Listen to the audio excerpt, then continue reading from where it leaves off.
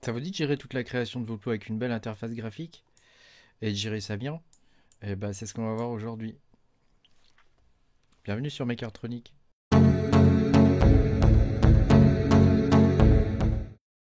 Bonjour à tous et bienvenue dans cette nouvelle vidéo. Euh, Vous utilisez tous sûrement le logiciel de minage pour le chia pour créer les plots. Or, depuis quelques temps maintenant, il existe quand même des alternatives beaucoup plus puissantes que ce système-là, où on a relativement peu d'options et où ça peut être, il faut se connecter souvent dessus et puis aller souvent voir si les plots se créent, etc. Enfin, c'est toujours un petit peu compliqué. Donc l'idée, c'est d'utiliser un autre logiciel pour créer les plots. Donc pour ce faire, on va utiliser. Il y a trois solutions actuellement qui existent pour ça. Il y a PS Chia Plotter. Alors moi je dis Chia, hein, mais je pense qu'on dit Chia ou quelque chose comme ça, enfin peu importe. Il y a Swar et il y a Plotman. Donc je vais vous faire trois vidéos et aujourd'hui on va voir le plus simple à utiliser qui s'appelle le PS Chia Plotter. Donc on va voir ensemble l'installation et le paramétrage et comment on gère ce logiciel. Alors le gros avantage de ce soft, c'est que il est entièrement graphique. Donc il y a juste un peu de ligne de commande à taper au tout départ quand on fait l'installation. Mais après tout le reste c'est graphique. Alors que les deux autres sont un peu plus complexes en termes d'utilisation puisque c'est que de la ligne de commande en gros, hein.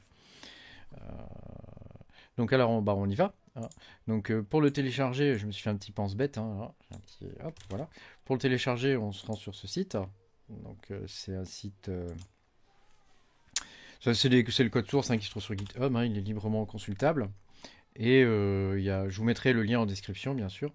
Et puis il y a toute la méthodologie d'installation.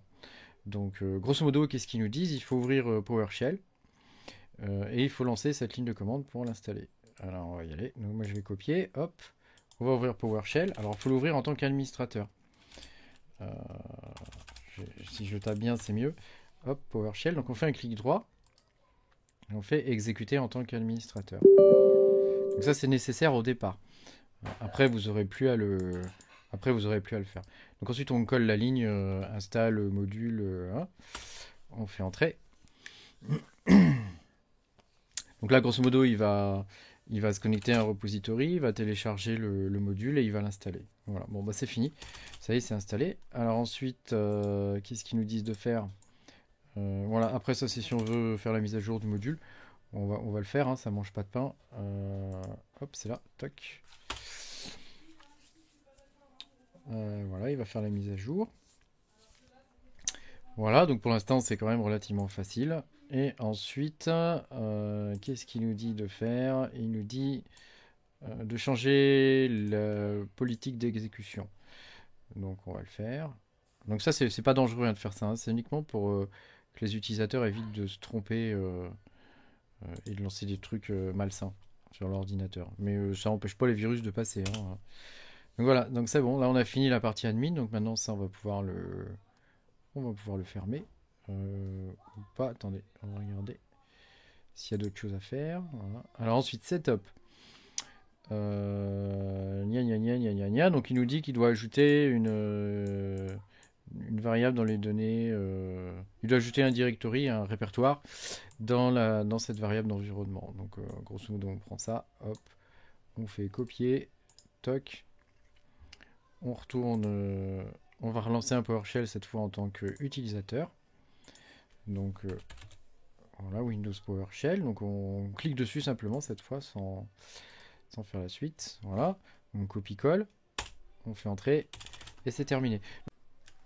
Donc on va vérifier qu'il nous a bien mis le bon document. Donc on ouvre le navigateur de fichiers, on va dans son répertoire documents, on va dans Windows PowerShell et donc là on a un fichier qui s'appelle profile.ps1 donc il doit être créé. Et donc si on l'ouvre avec le bloc-notes, toc, on voit qu'il nous a bien ajouté tout ce qu'il faut comme il faut. Donc ce qu'on voyait tout à l'heure.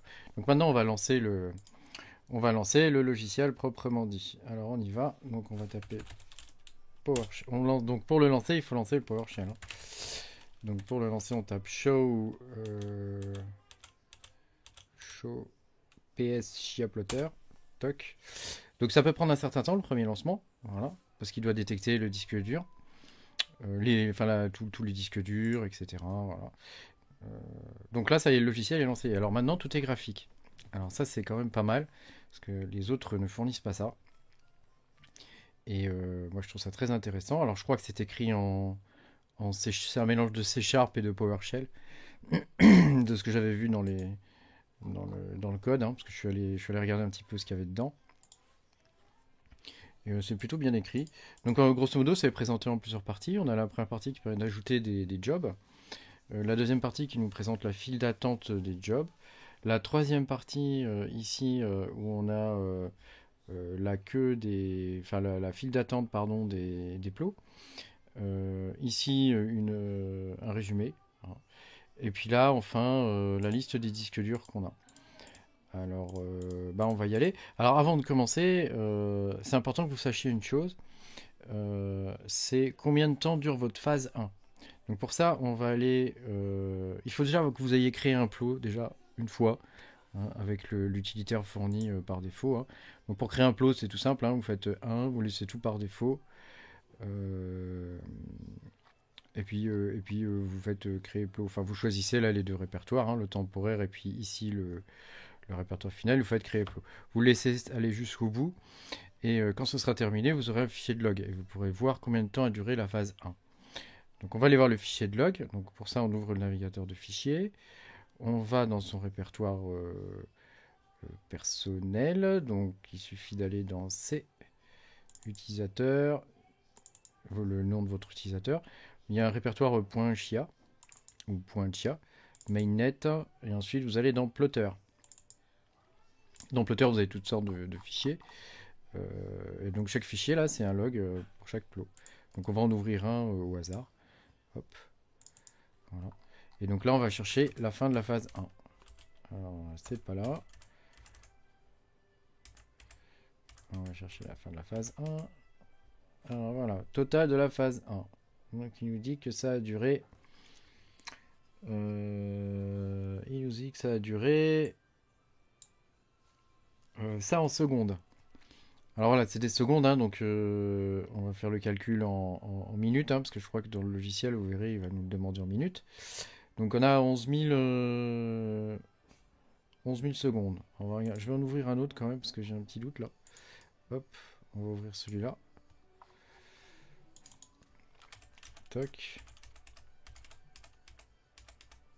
Bon voilà, faut pas hésiter à descendre. Ah voilà. Total phase 1, voilà, 9000... Donc vous voyez, c'est pas tout à fait pareil. Hein. Mais je vais prendre le premier parce qu'à mon avis c'est le plus fiable. Il nous dit 9573 secondes. Donc comme ce sont des secondes, il me semble, hein, pour avoir des minutes, il faut le diviser par 60. Donc on a 9500 pardon, 73 divisé par 60. Ça nous donne 160 minutes. Alors on y va, on retourne dans notre logiciel. Donc ça, faut le garder ouvert, hein, pas de souci. Hein. On crée New Job, ici, le petit bouton là-haut. Alors, on va créer le nombre total de plots. Donc moi, je vais en créer 24. Nombre total de plots en parallèle. Donc moi, je vais en créer 6. Alors après, ici, ça dépend de votre SSD. Hein. Si vous avez un SSD, le mien fait 2 Tera. Donc normalement, je devrais pouvoir en faire 7 en parallèle. Mais je préfère en faire que 6. J'aime bien garder une petite marge de sécurité. De toute façon, le logiciel, il vous le dit, là, vous allez voir. Ça, c'est le premier délai de lancement, donc nous, on va laisser 0. Et ici, c'est le délai en minutes entre chaque lancement de plot. Donc nous, on a vu tout à l'heure que c'était 160 minutes, hein, il me semble. Donc je vais mettre 170. Donc là, c'est le cas size. Hein, donc là, on va laisser 32, c'est très bien. Ici la RAM, donc il faut savoir que plus on met de RAM, plus on alloue de RAM et plus c'est rapide. Donc le minimum normalement c'est 4. Qu'est-ce qu'il met là dans le. Qu'est-ce qu'il met ici quand au niveau de la RAM? Il met 3390. Ouais, bon, c'est le truc par défaut quoi. Voilà. On peut mettre 4 Go. Après ça dépend de la RAM que vous avez sur votre machine. Hein. Moi je vais laisser le truc par défaut. Par contre en nombre de trades je vais en mettre 3. Alors d'après ce que j'ai vu, les trades, donc il faut en mettre 2 au minimum. On peut aller jusqu'à 4. Après, il n'y a plus vraiment de gain après. Ensuite, on ajoute le disque temporaire ici. Donc on choisit le disque. Alors il vous dit, quand on clique là, il vous dit quel est le type. Donc là, par exemple, moi c'est un SSD, hein, NVMe, et il vous dit qu'on peut en faire en parallèle jusqu'à 7 sur ce disque-là. Donc ça, c'est le disque que tu utilises, le disque de cache, hein. Hop, donc on le choisit et on clique sur Add. Voilà. Et ensuite ici, Final Drive, donc ça c'est le disque qu'on veut stocker le plot. Et alors là, c'est très intéressant parce que du coup, on n'a pas les calculs à faire, il fait tout seul.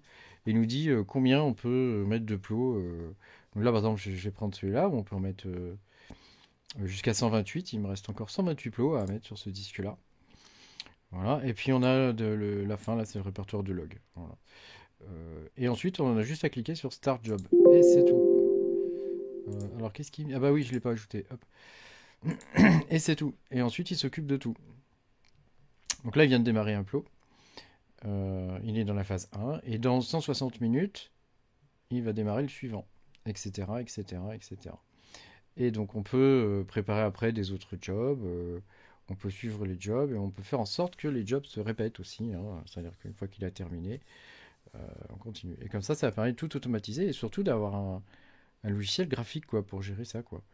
Et ça, c'est quand même tip top, quoi.